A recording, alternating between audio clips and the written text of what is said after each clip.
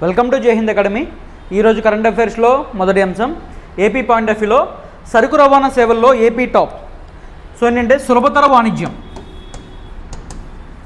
సులభతర సరుకు రవాణాలో భాగంగా ఆంధ్రప్రదేశ్ అనేది ఈ యొక్క తీర ప్రాంతాల కోస్టల్ స్టేట్స్ ఏవైతే ఉన్నాయో, ఒక 9 కోస్టల్ స్టేట్స్ ఏవైతే ఉన్నాయో వీటిల్లో అచీవర్స్ విభాగంలో ఫస్ట్ ర్యాంక్ని సాధించిందనమాట.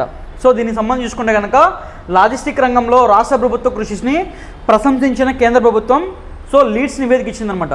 రోడ్లు, రైల్వే, పోర్ట్ కనెక్టివిటీలో అధిక ప్రాధాన్యత ఇస్తున్న ప్రభుత్వం లాజిస్టిక్ రంగానికి పారిశ్రామిక హోదాలో పాటు ప్రత్యేక పాలసీ. సో ఏంటి చూసుకుంటే కనుక భారతదేశానికి సంబంధించి మొత్తం కోస్టల్ లెంత్ 7516.6 కిలోమీటర్స్ అనమాట. దీంట్లో ఆంధ్రప్రదేశ్ చూసుకుంటే కనుక 974 కిలోమీటర్స్ కోస్టల్ లెంత్ ఉందన్నమాట. సో భారతదేశంలో కోస్టల్ లెంత్లో ఆంధ్రప్రదేశ్ అనేది సెకండ్ ప్లేస్ అయినా కూడా ఇది సరుకు రవాణాలో, చౌక సరుకు రవాణాలో, లాజిస్టిక్స్ రంగంలో కూడా ఫస్ట్ ప్లేస్ సాధించిందనమాట. సో చూసుకుంటే కనుక ఆంధ్రప్రదేశ్లో అనంతపురం అలాగే వైజాగ్ ఈ 2 ప్రాంతాలలో మెగా లాజిస్టిక్ పార్క్స్ ఉన్నాయన్నమాట. దాంతో భాగంగా మరికొన్ని ఒక 6 కోసం కేంద్ర ప్రభుత్వానికి ప్రతిపాదనలు పంపిందనమాట. చూసుకుంటే కనుక మనకి కాకినాడ బెల్ట్ అలాగే గుంటూరు, మచిలీపట్నం బెల్ట్లో కూడా 6 స్టార్ట్ చేయబోతున్నారనమాట. దీనికి సంబంధించి రాష్ట్ర ప్రభుత్వం 2500 ఎకరాలు దీనికి కేటాయించిందనమాట, భూములు కేటాయించిందనమాట. సో చూసుకుంటే కదా logistic is across different states leads నివేదికలో ఆంధ్రప్రదేశ్ అనేది అచీవర్స్లో జాబితాలో ఫస్ట్ ప్లేస్ అనమాట. ఇది గుర్తుపెట్టుకోవాలి. మరొక అంశం కాశీ తమిళ సంగమం 2023 సెకండ్ ఫేజ్ స్టార్ట్ అయిందనమాట. నరేంద్ర మోడీ గారు స్టార్ట్ చేశారు. ఇది దేనిలో భాగం అంటే ఏక్ భారత్ శ్రేష్ఠ భారత్లో భాగం. సో ఏంటంటే భారతదేశం అనేది యూనిటీ ఇన్ డైవర్సిటీ, భిన్నత్వంలో ఏకత్వం. సో ఏంటంటే ఒక ప్రాంతానికి సంబంధించిన కల్చరు డైవర్సిటీ వేరే ప్రాంతానికి సంబంధించిన కల్చరు డైవర్సిటీకి తెలియటం ఉన్నది. దానిలో భాగంగా కాశీ నుంచి తమిళనాడుకి మధ్యలో ఈ యొక్క సంగమం అనమాట. ఏక్ భారత్ శ్రేష్ఠ భారత్లో భాగంగా ఇది అనమాట. సో ఆల్రెడీ ఇది సెకండ్ ఫేజ్. దీనికి సంబంధించి అంటే నిన్న స్టార్ట్ అయింది డిసెంబర్ 15 నుంచి డిసెంబర్ 30 వరకు ఈ యొక్క కాశీ తమిళ సంగమం జరిపిస్తారనమాట. సో దానిలో భాగంగా నరేంద్ర మోడీ గారు తిరువల్లువారుకు సంబంధించి తమిళ్ లిటరేచర్ ఏదైతే ఉందో దీన్ని డిఫరెంట్ భాషల్లో ట్రాన్స్లేట్ చేశారు. అలాగే బ్రెయిలీ లిపిలో కూడా దీన్ని ట్రాన్స్లేట్ చేశారనమాట. ఇది ఇంపార్టెంట్, ఎందుకంటే రీసెంట్గా తిరువల్లువారు గురించి మనకి న్యూస్లో ఉంది. ఏంటంటే తిరువల్లువారుకు సంబంధించి విగ్రహం అనేది ఫ్రాన్స్లో ఏర్పాటు చేయడం జరిగిందనమాట. ఏక్ భారత్ శ్రేష్ఠ భారత్లో భాగంగా ఈ కాశీ తమిళ సంగమం, ఏక్ భారత్ శ్రేష్ఠ భారత్ అనేది 2015లో స్టార్ట్ చేయబడింది అనమాట. సో దానిలో భాగంగా ఈ కాశీ తమిళ సంగమం.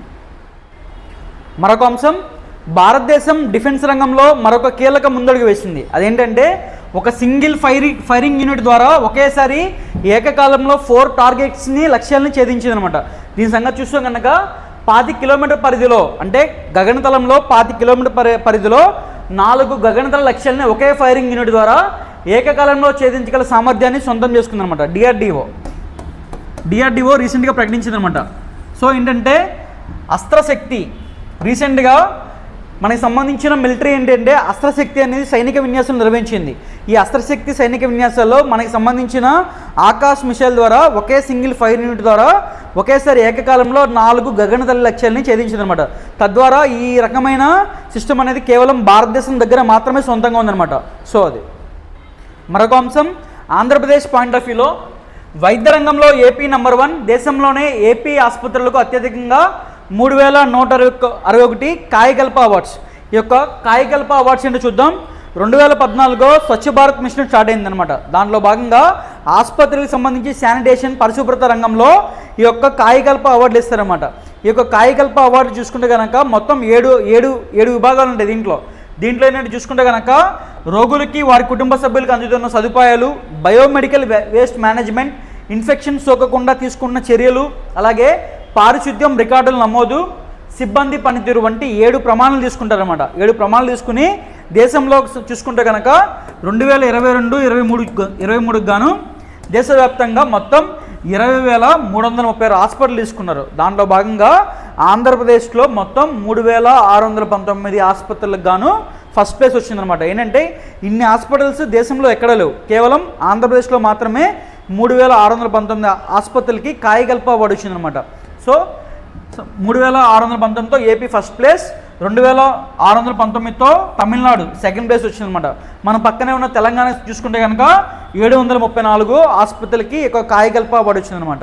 సో అది మరొక అంశం. ఆంధ్రప్రదేశ్ పాయింట్ ఆఫ్ వ్యూలో వైఎస్ఆర్ ఆరోగ్యశ్రీకి సంబంధించి వైఎస్ఆర్ ఆరోగ్యశ్రీ కింద 25 లక్షల వరకు ఉచిత వైద్యం అనమాట. అంతకుముందు 5 లక్షలు ఉండేది, ఇప్పుడు 25 లక్షలకి పెంచారనమాట ఈ వైఎస్ఆర్ ఆరోగ్యశ్రీ సంబంధించి. ఇది కొత్తగా వచ్చింది, ఇది ఇంపార్టెంట్. అలాగే ఇన్ని చూసుకుంటే కనుక ఇప్పటికే క్యాన్సర్ వంటి వ్యాధులకు ఎంత ఖర్చు అయినా పూర్తి ఉచితంగా చికిత్స అందిస్తున్న జగనన్న ప్రభుత్వం చూసుకుంటే, అలాగే కొత్త ఫీచర్లతో స్మార్ట్ ఆరోగ్యశ్రీ కార్డుల పంపిణీ స్టార్ట్ అవుతుందన్నమాట. అలాగే చూసుకుంటే కనుక ఏదైతే ఆరోగ్యశ్రీ సంబంధించి జరిగిన తర్వాత దీనికి సంబంధించి ఆరోగ్య ఆసరా అనమాట. రోగి కోలుకునేంత వరకు తన జీవనోపాధికి అనమాట రోజుకి 225 రూపాయలు, లేకపోతే కనుక నెలకి 5,000, 2 నెలలు పడితే కనుక 10,000 అందిస్తుంటారు. ఇప్పుడు దాకా వైఎస్ఆర్ ఆరోగ్య ఆసరా కింద 1,310 కోట్లు ఖర్చు పెట్టారనమాట. సో ఇవి ఇప్పటి వరకు ఉన్న కరెంట్ అఫైర్స్ ప్రతిరోజు మీకు జై హింద్ అకాడమీ యూట్యూబ్ ఛానల్లో అందుబాటులోకి ఉంటాయి. So please like, share and subscribe Jai Hind Academy YouTube channel. Thank you.